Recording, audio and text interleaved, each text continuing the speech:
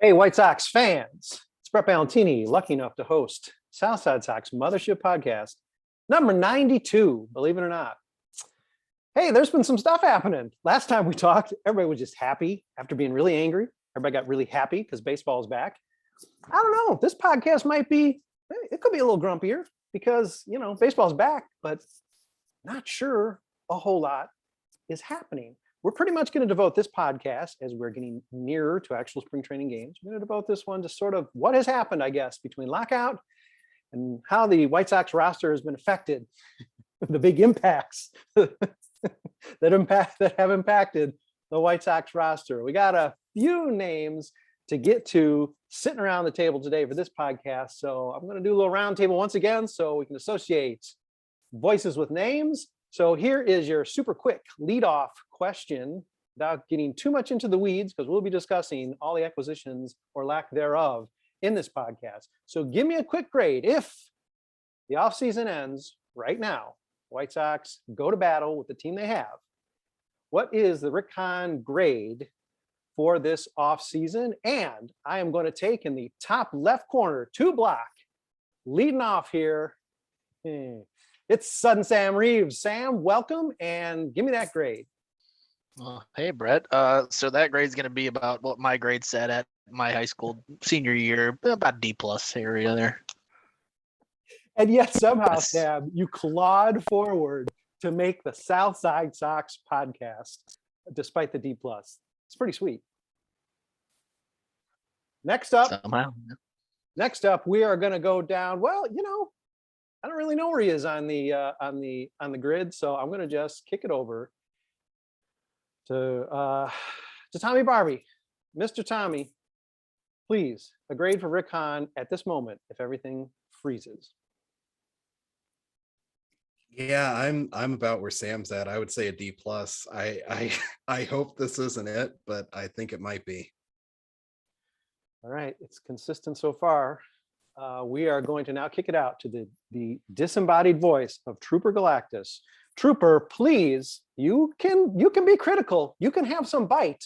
You're invited to go worse than D+, but the Rick Hahn grade, if everything freezes right now and we go into the season with this White Sox roster. Yeah, I'm not even going to be generous and give him a D. I'm not even going to be generous enough to give him the plus. I think we're talking D-, and the only reason he doesn't give an F is because I'd say you can at least give him credit for what I think is a decent contract with Kendall Graveman. But what we've seen so far is the same thing we've been seeing for years from this team, a lot of half measures and short-term deals and an unwillingness to take on risk. There's still time left in the offseason, obviously, but to date, their signings are a bunch of relievers and 2 redundant utility players. And that's kind of baffling when their primary needs going into the offseason were right field, second base, and backup catcher and starting pitching. Trooper, the good news is you just tripped yourself into the pocket schedule title there. I don't even know if I can repeat it, but a bunch of relievers and a couple utility infielders. I think that is sexy enough to get people into the park. Okay, Zach Hayes, I got to say, if I'm thinking about the Southside Sox staff and I'm thinking about Rick Hahn fanboy, really the first face that pops into my mind is Zach Hayes. I'm expecting a tasty grade from Zach Hayes. Zach, what is it at this point in the offseason? And I don't have too much against Rick, but yeah, I'm in the same territory as as everyone else. D-. There's nothing wrong with Kendall Graveman and Joe Kelly and Josh Harrison, like in a vacuum, but it's all coming within a certain context, which is that a lot of other teams are getting better and they are not. So if the offseason ends now, yeah, D-, got to do more. Okay, White Sox, don't yell. We know you're listening. Hi, Rick. Hi, Jerry. Don't get angry. We know the offseason isn't over yet. Well, we'll find out if it really is over as of this podcast. It could be. Rick has really diminished expectations. So I guess we will see, but we're not trying to be especially mean to you here, but it's just a way to sort of get everybody in the mix. All right. We're going to the whole table here at this point. Let's just run down who the White Sox have added since the lockout ended. Joe Kelly concerns me. because he's delicate. I mean, not just because he's got this nerve issue that will necessitate him now, we know now, to not make the opening day roster. He will not be active for the first series. We don't know when he will be active. He is still coming off recovering from surgery. But even when you look at a guy who is, let's say, at full strength, he is, to be effective, he gets handled with kid gloves, something that Tony La Russa has not proven capable of doing, e.g. Greg Kimball. So feelings about Joe Kelly, not an overpay, definitely not an underpay. This might be the best move of them. How are we feeling about having Joe Kelly on the south side? I like the move. Oh, go ahead, Trooper. Yeah, I'm all for it personally, but when you look at it in the context of other moves that have been made for healthy relievers, for guys with a track record of durability, you do have to question if this was maybe an overpay. And on a team that has already committed so much money to its bullpen and has a history of kind of drawing a line, it's kind of curious when you see, now granted, Joe Kelly has an excellent postseason record. He's got a lot of experience, but he's also literally coming off a season that he ended with a nerve damage issue in his throwing arm that is persisting to this day. And they still signed him for $8.5 million for the season. And then you look at the news wire and you see that Colin McHugh just signed, like, I think like for he's going to get in 2 years what, yeah, he's getting in 2 years what McHugh's get, or what Kelly's getting in like 1 year. So I kind of question the wisdom of, I don't mind the pickup, but I do, if this is one of those deals where, like with Craig Kimbrell, where you're throwing all this money at this guy and it's like, okay, that's fine, but if this is preventing you from doing the things that you really needed to get done, then that's a problem. Yeah, I agree with Trooper. I think it's a good move. I don't think it's necessarily an overpay. I mean, I do find it funny that the White Sox have by far and away the most expensive bullpen in the history of baseball, but that's a whole different topic of conversation. But I think that it's a move that makes sense. And I get what the White Sox are doing because they don't know how healthy any of these guys are going to be. The Sox ran into issues with health with their pitching staff before. You have 2, maybe 3 starters that you don't know what you're going to get out of in terms of innings pitched. So you just stack the bullpen as best you can. That's all fine. But at some point, it is blatantly obvious that you're just throwing crap against the wall and hope that it sticks. And you can't just keep throwing guys out of the bullpen and basically challenge Tony La Russa to screw himself up in terms of in-game management. Like, I think at some point you reach overkill, and the Sox are right on that edge, in my opinion, of getting to that point.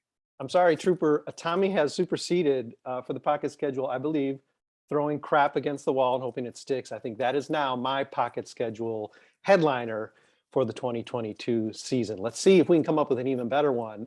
Zach, Sam, feelings about Joe Kelly? They're throwing crap against the wall and there's no wall. Fair enough.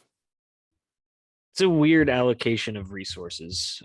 Kelly, Graveman, the whole bullpen thing. It's weird to me because relief pitching is one of the few areas that the team has been kind of consistently good at developing internally over the last few years, in spite of, what a bust the Zach Birdie pick was. They're usually, they find guys. So yeah, given what the rest of the roster situation is, it just spending that amount of money doesn't make sense. And they had a really good bullpen last year too, and it didn't mean anything when October rolled around. Bullpens are volatile. It's not a perfect analogy, but it's kind of like having a great special teams unit in some ways. It is very, very useful, and you want to have one, but everyone wants to recreate that kind of 2015 Royals run where you could go 5 innings and shut them down the rest of the way. And teams have been trying to do that for 6 or 7 years, but it doesn't see any. I said this in our Slack earlier. Atlanta just won the World Series riding like Will Smith and Tyler Matzik and Chris Martin for 25 games, 21 games, whatever it was. Like, we don't need to do this. This doesn't need to be done. I don't know, Zach. Devin Hester is going to be in the Hall of Fame, so maybe you need to allocate resources for your special teams unit. Sam Reeves. How'd that Super Bowl opening kick return go for him? Hasten point. Yeah. Okay, Sam, let's transition to, I'm going to throw the question at you, but I'm going to say, hey, how did you feel when the double pack back-to-back of Joe Kelly and Josh Harrison hit the airwaves? Were you excited? Were you buying tickets? Did you think it was, in both cases, a smart move for the money? I think it's fine for the money, and I'm pretty sure the White Sox are the only team that go, I only can spend this amount ever. No other team budgets that low for themselves unless, you know, you're the Rays or somebody who doesn't care to pay anybody anything. But the Josh Harrison thing I think is great for, you know, whatever he got. You know, it's a depth piece. He can play short, he can play second, he can play out right field, if whatever case, you know, if we have another spring training debacle of an injury. The Joe Kelly thing, I like Joe Kelly. I think he's going to fit in great with the clubhouse. He's going to be a great guy, you know, to be there with that attitude that the team has. But with the nerve issue, you don't know how long he's going to be out. He said he was throwing fire today and he feels great. Of course, players are always going to say they feel great when they really don't. So, you know, you can't trust him. He hasn't gotten the okay from the trainers or anything to go with the season yet, as they said. So it really depends on when he is ready. And that's really going to show you how bad of a move this was. It really depends on his timeline. Okay, before I'm going to jump in, before we discuss the merits of signing two Leury Garcias to play second base instead of one actual second baseman, I'm going to derail my topics here just by saying it seems like Tony La Russa says, hey, I want that. He gets this red ass for a guy. I'm guessing Craig Kimbrell was probably a guy he really wanted. There are other guys he's really wanted. Liam Hendricks, I guess that worked out. Still an awful lot of money, but you really can't argue with how this worked out. Is it a little frightening? I mean, we know that we know Tony runs the team, but is it a little frightening that when Tony just says, damn, I want this guy. I had him in St. Louis. I want this guy. That's sort of like how the transactions at this point are driven by the White Sox. That Tony La Russa pretty much controls every aspect of this team. Yeah, that's why it's hard to have faith in many of their other moves, or that there's some kind of grand plan. I mean, what you say with these moves is that, yeah, it's fine. Josh Harrison is fine if you sign a right fielder. Kendall Graveman and Joe Kelly or Vince Velasquez are fine if you go out and get another starting pitcher to replace Carlos Rodon. But when you have, it's the connection there is obvious. Kelly came up with the Cardinals when Tony was managing the Cardinals. They get along. It's, you know, when it's that arbitrary, it's kind of hard to give them the benefit of the doubt and be like, okay, well, these are okay, and we'll wait for the guy. I mean, there's a lot of quality free agents still out there. So I'm not quite panicking yet, but yeah, there's a lot of years of precedent here that does not make one hopeful that the big splash is coming that's going to make all of these moves make sense. Zach, can Albert Pujols play right field? I hope we're not in that timeline. Maybe about 20 years ago he could. Hey, if you're putting your mean out there, I wouldn't question. Oh, Getting his left field reps. He's getting ready. I like that there has to be a make good for your mean. Okay, you sort of like dump the team, even though we sort of dumped on you first. It's like, hey, you know, even though you really have no place on this team at all, place Let's run you in the outfield.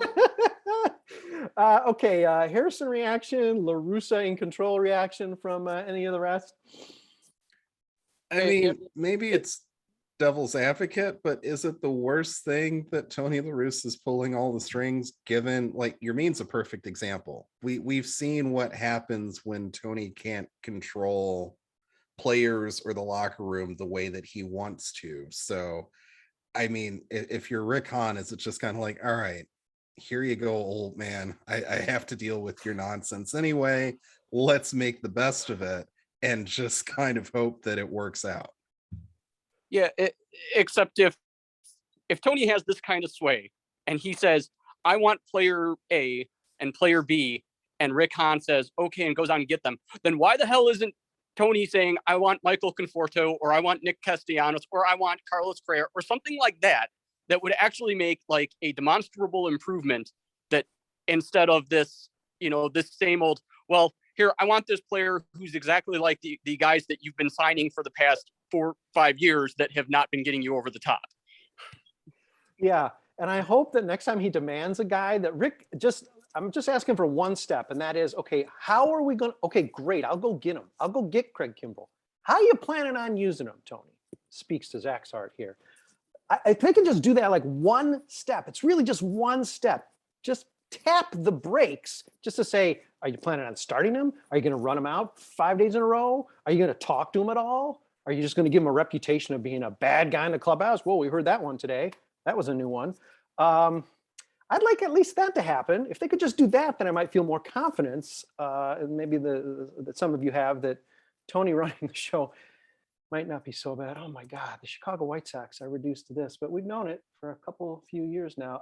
Let's just pay some token attention to our 6th starter, 5th starter, 5.5 starter, Vince Velasquez, who, why should I have something to say about him? Anybody have something to say about Velasquez? He's not going to give us a Carlos Rodon season for the same money.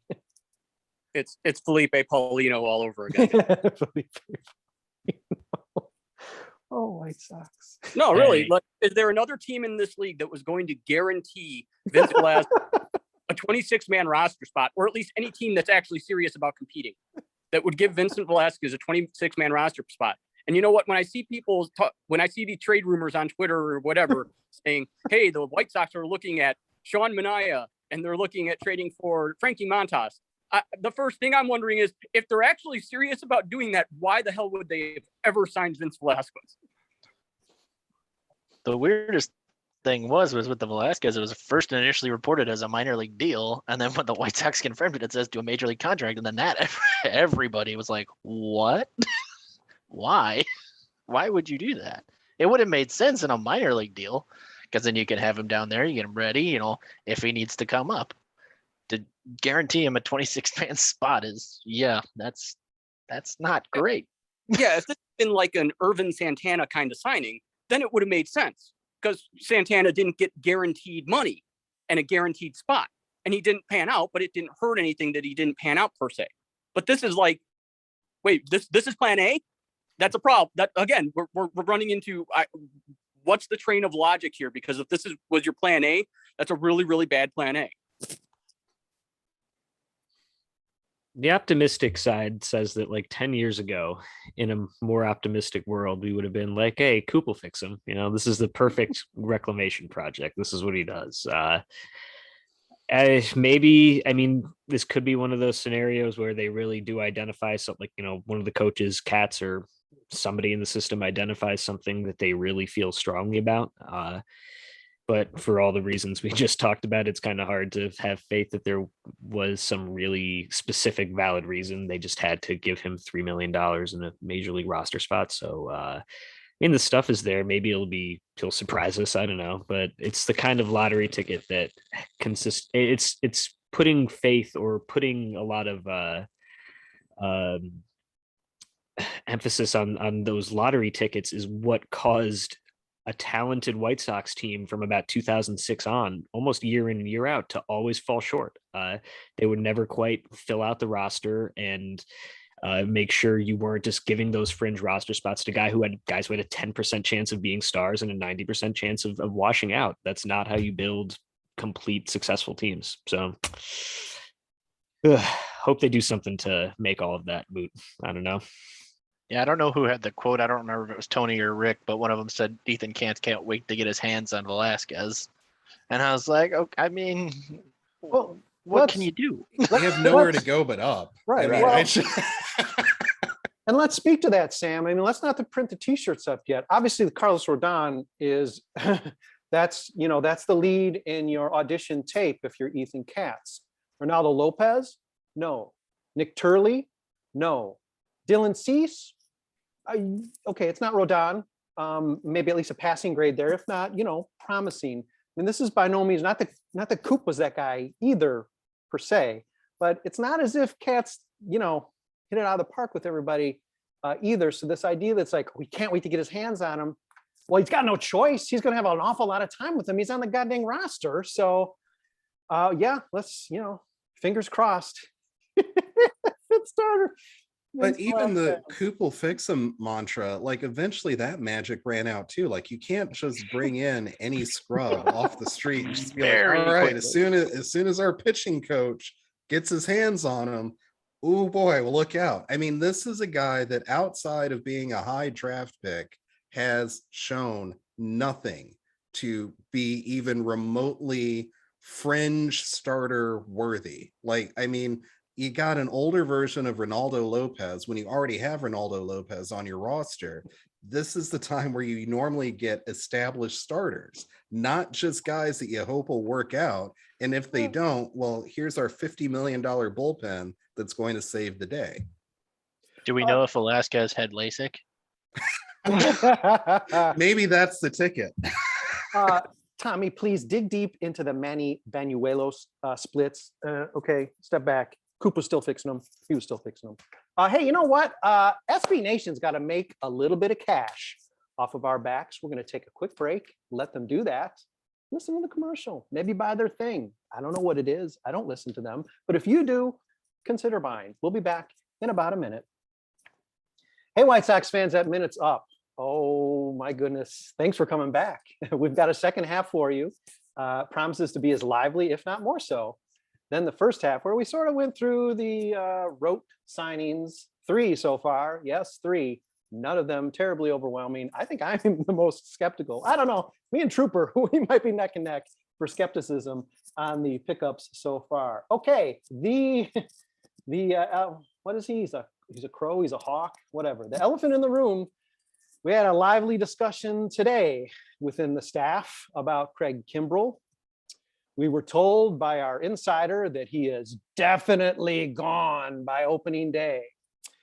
And I'm just wondering what the price tag is going to be for that.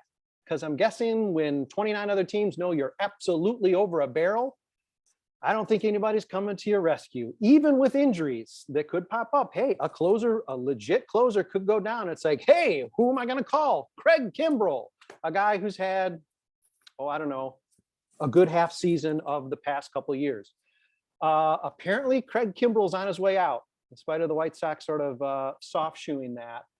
I don't think that's happening. And I think if they have to eat a lot of money, should it happen? Craig Kimbrell seems to be the linchpin to any other move made. So I guess if Craig stays, no other moves are going to be made. What's everybody's read on the Craig Kimbrell log jam situation? God. Dumbest move of the offseason. Oh, this team. Yeah. Is there any team? Okay, first, is there any team in the league that would give Craig Kimbrell a 1-year, $16 million contract based upon how he finished last season?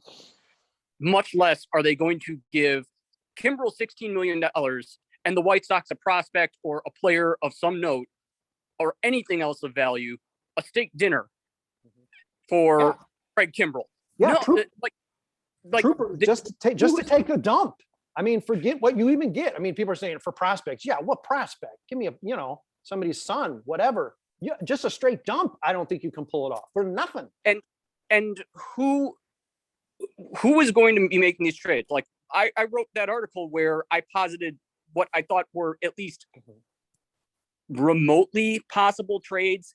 And nothing, we were getting Flotsam and Jetsam back. Like the only thing we were getting was a certain amount of salary relief, depending on who we were taking back, and no really exciting players. And I think that's kind of where they've backed themselves into, because I don't know why the plan was, if they wanted to bring back Craig Kimbrell to pitch for this team in 2022, they could have done it for less than $16 million, right? When they declined Cesar Hernandez's option, I thought, well, I mean, I guess they could still bring him back for less money, and they figured maybe that. And then he proceeded to sign, I think, with the Nationals for like $4 million. Right. So it's like, okay, well, fine. Why wasn't it the same for Craig Kimbrell, where you just decline the option, and if you really want him back, you sign him for less? And then what did they go ahead and do? They went and spent $5.5 million on a guy who had a very, very strikingly similar season to Cesar Hernandez last season in that he was really, really good up until the moment he got traded, and then he was god awful. And technically 7 million because of the yes, buyout. exactly. Yes, yeah. And I just don't understand the logic behind that. And I don't understand. It just seems to me like Rick Hahn has vastly overestimated the market for Craig Kimbrell and the demand that there would be for relief pitching. I mean, it's like he's signing all of these relievers just so that some poor GM has no choice but to trade for Craig Kimbrell now. There's nobody left. He's cornered the market. Well, if you look at it, nobody's even going after Kenley Jansen right now. So there's not No. even a market for a closer right now. If the White Sox are even remotely lucky, they'll eat half of that remaining salary and get a player to be named later. That's like their best possible scenario right now. Yeah, and at that point, you keep them. Right. Can you think of a single example in history where a team picked up a contract option and then had to salary dump it or eat part of it? That quick, exactly. Like weeks later, thank God for the lockout. This would have been more I can't think of a embarrassing. precedent. Is there a precedent? I can't think of one. Zach, I'm going to pose this directly to you because you made a compelling case in an article that I've cited probably more times than you are even in your most proud moment want me to. But a great piece last year that broke down what was going on with Kimbrell, presuming that there's a likelihood, in spite of what the White Sox say, that Kimbrell's on this opening day roster and there is a reason to actually want to use him. Do you have confidence? I believe we've already answered that in the article that there would be confidence he can pitch well for the White Sox, but will he be used differently and correctly by the White Sox if he is on the team in 2022? Yeah, given what their approach to the bullpen seems to have been this offseason, there's a part of me that really thinks they wouldn't have picked up the option to begin with if they hadn't convinced themselves that they're very, very comfortable with him pitching for the Sox next year. Who knows what his usage is going to be. It's good to have a backup closer. I don't necessarily put as much stock into he can't close, it's a mental thing. As some might. It might very well be a real thing, but I don't think it's a reason to panic because there were just a lot of other reasons why he didn't pitch well last year. I mean, it's because his fastball was 95 miles an hour instead of 98 miles an hour. I don't think it really matters when he was pitching. If that's the case. So if he gets a full offseason rest, he might very well come back dealing again and will feel great. It's still not great because of the money situation and having let Rodon walk for a pretty comparable amount of money. So yeah, he might be okay, and that maybe they're more comfortable with him being on the roster than we realize, because there's not much reason, I don't think, for him to still be here if they weren't. What's the amount? Quick 1 minute question for everyone. What's the amount you're comfortable with the White Sox eating just to get rid of him, presuming, and this is a big presumption, that the White Sox will spin that into acquiring more players? I think Sam's already said half. He'll eat 8 million just to get rid of him and perhaps use that other 8 million somewhere else. Tommy, Trooper, Zach, what are you thinking? I'm not going that far. I think, looking at the precedent here, I would be surprised if any money was eaten. I mean, it was a big deal when they cut loose on Adam Eaton for however many. What was that, like 5-6 million at most? What was, like, I don't know how much was left on his deal, but it was a big deal for a reason. They're not gonna. I don't see a world in which Jerry agrees to pay Craig Kimbrell $8 million to not pitch for them. So if there's a reason he hasn't been traded, maybe that's it. They're really insistent on somebody taking the whole money and the whole contract. He has not earned the John Danks treatment. Tommy, Trooper, how much you going to eat just to get rid of him? If we're talking like $1 million or $2 million, where, because he was due a $1 million buyout anyhow. So if you pay the buyout money, that was lost money regardless. And if another $1 million, okay, but if you're going beyond that, then like you might as well keep him, because if you got to spend $6 million to get rid of Craig Kimbrell was probably worth keeping it 1 year, $10 million. Right. So what's the real benefit of doing that. Even if you're using the money to get somebody else, like at that point, just get somebody else. You can do it. And, to Zach's point about, we have to trust in their assessment of Kimbrel's ability at this point. These are the same guys that just signed a reliever with nerve damage in his arm. Fair point. Okay, Tommy, you are a billionaire. And so this money really doesn't matter that much to you. How much are you going to eat just to get this clubhouse cancer, wink, wink, where that's coming from, off your team? And that's why I don't see the Sox trading Kimbrel. Like, it doesn't make any sense. To me, the thing you do is you say, all right, even if you don't want him, you make it work and you look for opportunities through the season for other teams that might need bullpen help or might have sudden salary issues to say, oh, you need help? All right, well, we have a guy that we're trying to get rid of. Or at worst case scenario, July is always the time where people overspend for closers. The White Sox should be very familiar with this since they overspent for Kimbrel. So why not just hold on to him and maximize that value? Because if he has a consistent role on this team, which he should, I don't see why he wouldn't perform well, even if you have to limit his innings. They've figured out ways to make other pitchers look good despite their best efforts in the past. Like, I think they can do that this year. Tommy, with a karmic cycle strategy, I like it. Who knows? A good work. We're due a break or two, I suppose. Okay, we don't have much time. So again, another speed round. Sorry to keep hitting you with the speed rounds. It's become a game show here at the Side Sox Podcast. Okay, with everything we know, we speculate on a lot of stuff, but just based on what the situation is with the White Sox, give me a percentage. What's the likelihood a legitimate, however you want to define it, a legitimate right fielder is going to be brought in to play for the White Sox before opening day? Sam, we're going to start with you again. 13%. 13%. Seems sort of D plus-y. Okay. All right. Tommy. Are we counting Mike or Adolfo? That's a separate category because then I know the answer is 100%. Okay. So Mike would be 100%. I don't see it happening. Okay. All right. Fair enough. 0. Trooper, percentage. I'd go non-zero, but I don't even think I'd go as high as 13%. There, just because I think being able to get a better right fielder is going to be predicated on trading Kimbrel, and I don't think trading Kimbrel is going to happen without eating so much money that they're not going to be able to afford that right fielder. So Zach Hayes has a Conforto dream. I think something tells me it's going to be more than 13%. Zach Hayes, what are you thinking? I'd give it that there's maybe like a 60% of them bringing someone in. I suspect it's much more likely to be someone pretty unexciting like Jock Peterson, for the 6th offseason in a row, or Jorge Soler. We'll dream on Conforto and Castellanos and Chris Bryant and probably end up settling where we can say at least they got someone, but it's probably not going to be particularly thrilling is how these things typically go in my memory.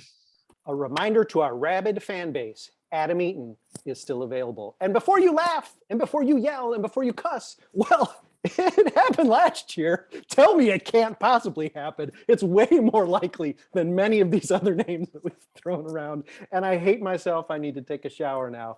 Hey, you know what? Good news. We have games coming up. And believe it or not, our most popular podcast is due to make a comeback. Tomorrow, we're going to have our first White Sox pregame podcast. Go figure. Yeah, it's for spring training. Yeah, it's for split squad with the Cubs. Yeah, nobody's going to play, whatever. At least Jose Abreu's in camp, whatever. But hey, that's something to look forward to. And who knows, maybe a few of these guys talking to me now are going to be joining me in another day when we record this. But until then, thank you as always for listening. Thank you, guests, esteemed panel. Thank you for these answers. I don't have a lot more hope than I did going in, but your job isn't to provide me hope. It's to provide me cold, hard facts, and sometimes a little bit of a dabble of karmic cycle. Thanks, guys, for joining me. Thanks, everybody, for listening. Without you, we're not here. Thanks, SB Nation, for giving us a platform. All right. Anyway, adios. Until tomorrow. Take it easy, everybody. Thanks for listening.